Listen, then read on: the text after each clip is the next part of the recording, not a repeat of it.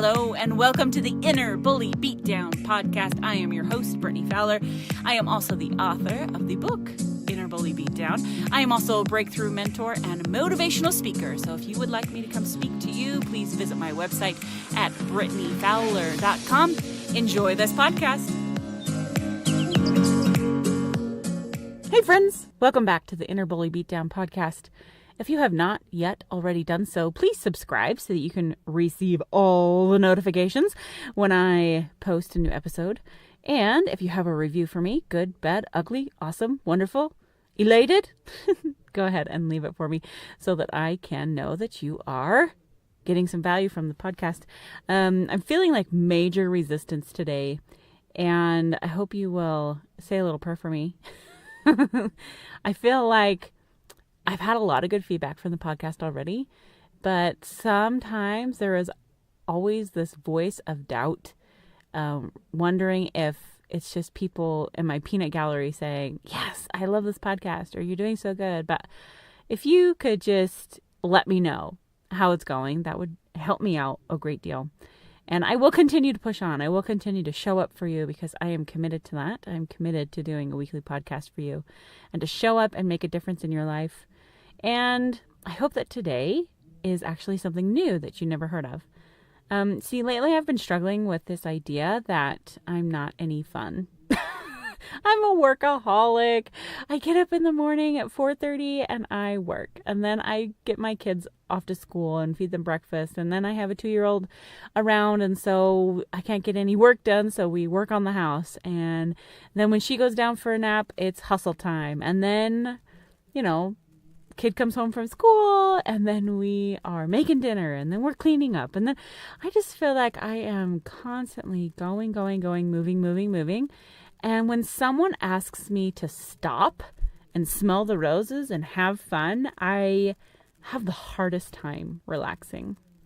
I have the hardest time. Like, we watched over the weekend, my husband loves to watch 80s movies, and I don't mind them, but I was like, we were watching one in particular, and I'm like, I would rather be doing something productive. Like, I could not relax and have fun, and I was just hating life.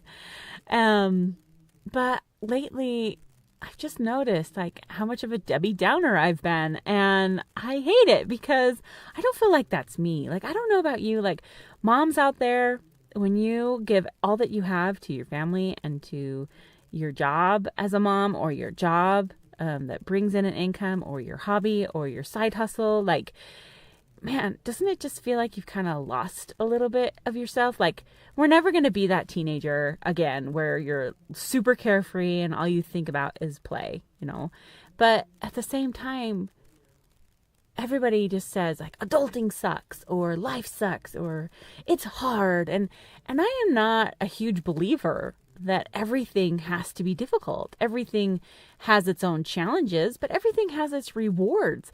And I really hate the mentality like we should be working all the time and money is the fulfilling, because that's not it either. But sometimes I get caught up in this circle of thinking where it will like not stop. And I just keep going around in circles, and I feel like I'm just a creature of habit.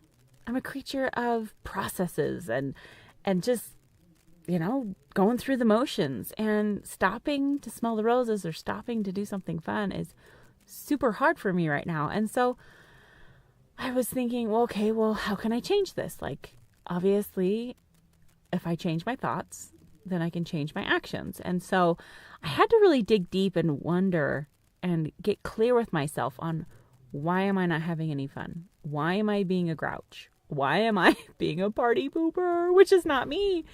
And part of me just feels so drained at the end of the day that I have nothing else to give back to myself. And I think a lot of us can relate to that. And I think we focus so much on the to-dos that we forget to embrace the ahas, like those little moments where it's pure bliss, like there's no chaos. It's just pure happiness, or pure fun, or pure joy, or, oh my gosh, like, I can breathe. And it's getting better now that the sun and the spring is here, because winter this year was just crazy. Like 4 months of winter, I swear, like started early November and it will not stop. But finally the sun's coming out, which is helping my mood a lot. And I know you can relate to that. But one thing I was looking up online that really struck me, and I want to share it with you because it has made a difference already in the 2 days that I've been doing it, is this idea of zero effort systems. The idea behind it is that we are creatures of habit. We are creatures of automatic processes. And so as we go through the motions and change only one thing slightly, we are able to gradually make change. I think change is hard for most people because they think that they have to flip a 180 and go a totally different direction. And sometimes that's true. Sometimes that's true with a move or a job loss or whatever else, something tragic happens in your life and you have to just make these crazy like 180 adjustments in your habits. But for the most part, a lot of us are trying to figure out the minor adjustments that are going to have the greatest impact on our lives. And it's that 5% daily of your best effort that can really change your attitude, can really change everything. So I understand the process that we are people of habit and automatic processes, and it only takes 5 minutes to change a habit, really. And so here's the idea behind it. This idea comes from a Dr. Paul Dolan. He is the author of Happiness by Design, and he's from Britain. And I was reading his stuff, and he made it relatively simple to follow, but hard to remember. So I'm going to explain this in a way that hopefully is like super easy and super memorable for you, because it took me a while to figure out what he was saying. He's like one of these smart, like doctor, psychiatrist things. And he was like talking above my head. So I like dumb it down. Like, I need to understand you because this sounds really good, but you're trying to relate to me and it's not happening. Anyway, so because we are creatures of habit, he talks about 4 ways that we can make minor adjustments in our lives to create more happiness. And the first way is by priming our environment to where it's easily accessible. So when I talk about it, I'm talking about happy instances or happy activities that can bring that joy in your life. So for example, he gives the example of if you are an avid reader and reading makes you extremely happy, then prime your environment with lots of books around.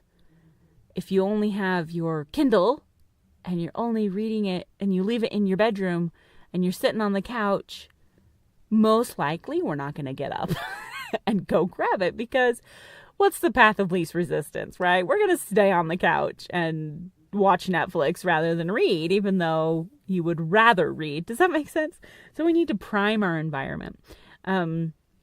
Another thing that makes me really happy is listening to really loud music. And with Bluetooth and with AirPods, like, it's totally made it easier for me to engage in that music daily. All I have to do is sync and push play. Or I have a Google Home app lady thing, the device. And it's easy for me to say, hey, Google, play so-and-so or play this music. And I really love it because it has changed the attitude of my home most of the time. But one thing that really brings me joy is journaling. And I have slacked off on that like the past 5 years. And like I look back and I go, oh, I'm missing all the memories of my kids like growing up. And I like that needs to change right now, because I will be devastated if I don't change that. And so I'm trying to think, okay, how can I prime my environment to make it easier for me to journal? And knowing I'm very tech savvy and I really don't have a lot of time to write in my journal, I've found some pretty cool apps where you can record voice memos, upload photos, tag things, and then it will create a journal for you. And it will even dictate your voice into the journal so that you can, have that in book form. So I'm going to try that. And to prime that, I always have my phone with me, but I'm actually going to make it on my main bar at the bottom of my iPhone, like to where it's easily accessible. I think I'm just going to replace the diet app, because who tracks their food every day? I do not anymore. So I'm going to rather just journal and make it super easy. The second thing he says to do after you prime is to make it your default. So go ahead and look at your habitual defaults that you do every day. So what do you do when you wake up? What do you do right before you go to sleep? What do you do at 1 o'clock, 2 o'clock, 3 o'clock? What do you do when you feel a certain emotion? What do you do when you do certain actions, like take your kids to school or brush your teeth? Like, what are the habitual actions that you do every day that you could add something onto or remember to do something at that particular time? Because if we're using muscle memory, like, for example, if you are an avid social media person, like, you have this muscle memory to grab your phone and open it and click, or maybe even just one click, depending on where your app is. And if you don't believe me, go ahead and take that app off your phone for a week and notice how many times your body just habitually grabs your phone and tries to click on that social media app, and it's no longer there. And you're like, holy cow. Or like if you wear a watch and then you don't wear a watch for a while and you realize that you keep looking at your wrist, you're like, what the, it's habitual. You have this muscle memory. It's automatic. There are things that we do automatically that we can then integrate, these instances of creating happiness at the same time. So for me, like I said, I'm going to move that app to a place where it's very visual for me so that I can journal some more. But let's just say your happy time is maybe nature. Like, how would you make that a default? Maybe I would say, okay, maybe your morning routine includes getting a cup of coffee or drinking your favorite juice in the morning. And maybe you could start to do that outside. Like, it's starting to get warmer here in the Northern Hemisphere. I'm not sure where you're listening from, but like, as you start to do those things, like, involve nature in everything you do. Or, this might sound geeky, but like, if you have to stay inside, like, include some like naturistic music, in your house while you are doing that specific instance. Just get creative and see what kind of like energy shift that creates for you. Anyway, the third thing is commitments. So make time. Don't find time, because honestly, none of us are going to find time to do the things we want. We make time to do the things we want. Each one of us has 24 hours in the day to do what we want and need to do. And everybody has the same opportunity to use time in a productive or non-productive manner. And you can plan ahead. You can pick a day a couple months in the future, or maybe one day every month, to where you can go to that book club, or you can go to that literary conference with your friend. And, he says, as you're committing to times and days, invite somebody along with you so that they keep you honest, right? So they hold your time sacred as well, like your commitment. Let them help you stay committed. I worked out with my friend, Brianne Miller, for 2 years straight. We went to the gym 4 to 5 times a week in the mornings at 8:30. And we knew that we would show up at 8:30. And there are times where I would, for part of the time I was pregnant with my daughter, and I showed up even though I felt yucky just during that first trimester, because I knew she was going to be there. I knew that commitment to the gym was important, but I also knew that if she hadn't have been there, if she hadn't have pushed me, if she hadn't have just shown up, I wouldn't have shown up either. Because path of least resistance would have been chosen. So bring a buddy, or have a buddy help you stick to your plan of your happiness. When I was doing, when I was doing doTERRA as a business, I was introduced to the idea of the 10 by 10. And it was more of like a productive activity, but you could use this in the same way for your happiness tracking. So by 10 o'clock, I would have to text my accountability partner something I was going to do that day specifically I was going to do that day to build a business or to help my downline or whatever. And then by 10 o'clock at night, I just had to text them if it was done or not. And can I tell you that my productivity increased by like 100%? So the 10 by 10 equals 100, right? Like I had to check in with somebody. I had to be accountable. I was held to a standard, like an imaginary standard, but a standard that I was going to do this every day. And it was something so simple because I had my phone. I could text them. It was super easy. Like, so why don't you get together with a group of friends and text them by 10 o'clock. Look, I'm going to do this to make myself happy today. I'm going to have a dance party for 5 minutes. I'm going to give myself a bubble bath. I'm going to give myself a mud mask for today, or I'm going to go get my nails done or whatever. Like, I'm talking about like pampering things, but of course there's more to life and more to happiness than just being pampered. But text them by 10 o'clock and then text them by 10 o'clock at night and check in with them. Like, yes, I did. No, I didn't. And then say, if I haven't texted you by 10 o'clock at night, will you text me so that I can remember? Right? Anyway, 10 by 10, super valuable tool. And honestly, in any part of your life, like business or personal. So the fourth thing that he says is make it a social norm. Like, surround yourself with people socially that like the same things as you do, that make them happy. So like, I think with this, I went to the mall the other day and I was astounded at how many stores had closed. Half of the mall, I'm not joking you, half of the mall stores were empty or closed down or store was closing sign. And it has been a while since I've been to the mall, so this may not be shocking to you that go to the mall a lot, but the mall used to be like the hangout, like the social norm. But oh my gosh, with retail going away, I'm like, I kind of feel like there just might be like a commercial bubble burst or something, because mostly everything is done online. And in the future, like, think of the economy in 10 years, like how much will be done online, like shopping and retail and product development. Like, it kind of makes me sit back and think, but it made me also think, you know what? I did see in the mall, I saw 2 experience-based businesses. I saw an escape room. I saw, 3, because I saw an escape room. I saw the movie theater, and then, of course, like acupuncture and reflexology. And when I lived in California, the mall there had a gym, and it brought in a ton of people in the morning and after work, like to the mall, because they were working out at the gym.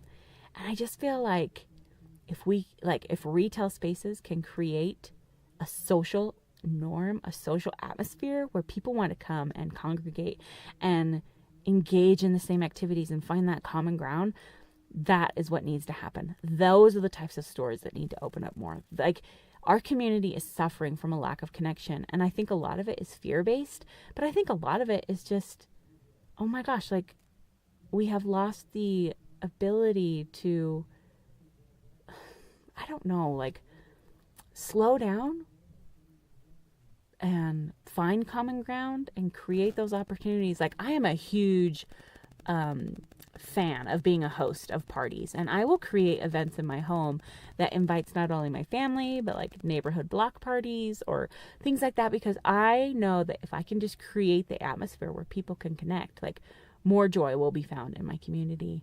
And so he uses that basis and that thought, like, socially we are happier, alone we are not happier. Like, did you know that 1 in 5 people perceive that they are alone, whether they have people around them or not? 1 in 5 people in America perceive that they are lonely. And that you may think, well, that's kind of weird, or, oh yeah, I totally believe that. But the health effect of that, actually, you have a 14% higher chance of dying prematurely if you believe that you are lonely. And it needs to stop. Like, our community, our communities, America, like, I'm in America, but if you're listening from other countries, I'm sure you find it in your, like, communities as well. That would actually be really interesting to know if other countries experience this in America, because I feel like in America we're just so isolated. Like, I feel isolated as a mother. Like, this is hard for me to admit, but I have a small group of girlfriends that I talk to every day, but only through Marco Polo, through electronic devices. Like, I cannot remember the last time, like, a friend came to my house just to hang out with me. Like, I want to say it's been, like, a long time. Like, so long. And it makes me, like, perceive that I am lonely sometimes. And I feel like as a mom, it's so much harder to connect with other moms because they're so busy. And then, like, the play places that you want to go play at, like parks and things, like there's creepers around, and so we don't want to take our kids there. Like, I don't know about you, but I'm, like, super paranoid about that. And I hate it because I don't want to feel that way. Like, I would rather go to the park and have no fear that my kids are, like, not going to be abducted or, like, something crazy, and, like, have the ability to talk with another mom.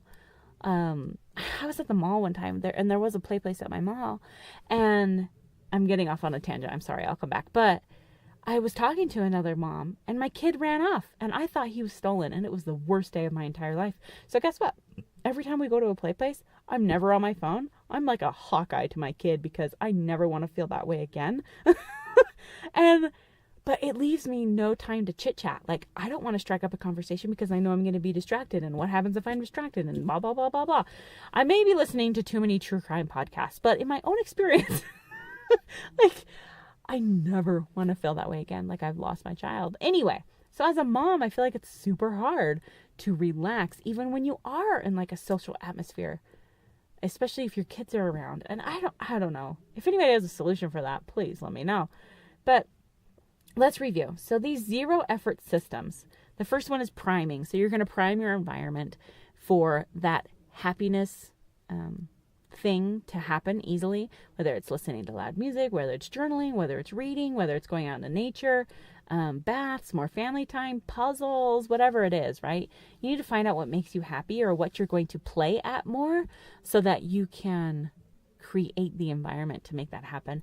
The second thing is your defaults. What are your defaults? What are your habits? Analyze those.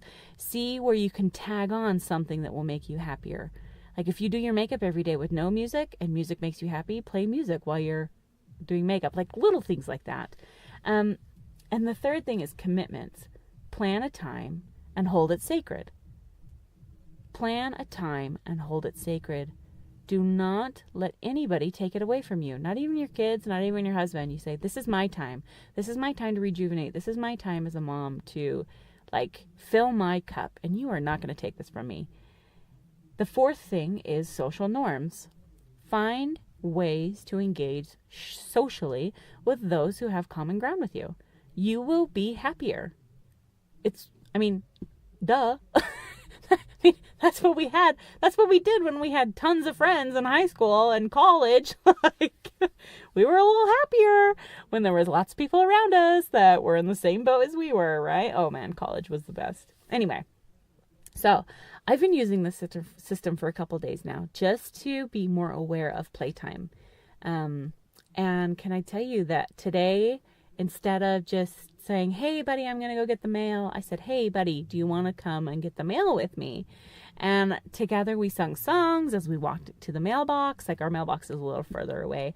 And then there's a park right next to us. So we played at the park for 5 minutes. And I didn't have a lot of time, but it was time that I could do something other than just a task. Like, I had to add something to my routine to make me happier. Most of the time you have to add something to create balance, not take something away. And I know that sounds weird, but if you add in the play, add in the happiness to your routine, guess what? Your day is going to be more fulfilling. So please share this podcast if you love it. Please leave a review if you love it. Please hashtag InnerBullyBeatdown in anything that you post on social media that has to relate to my podcast, because I want to see how I'm doing and what kind of changes you are making in your life. So I love you lots, and we will see you next time. From the bottom of my heart to yours, I hope you enjoyed this episode.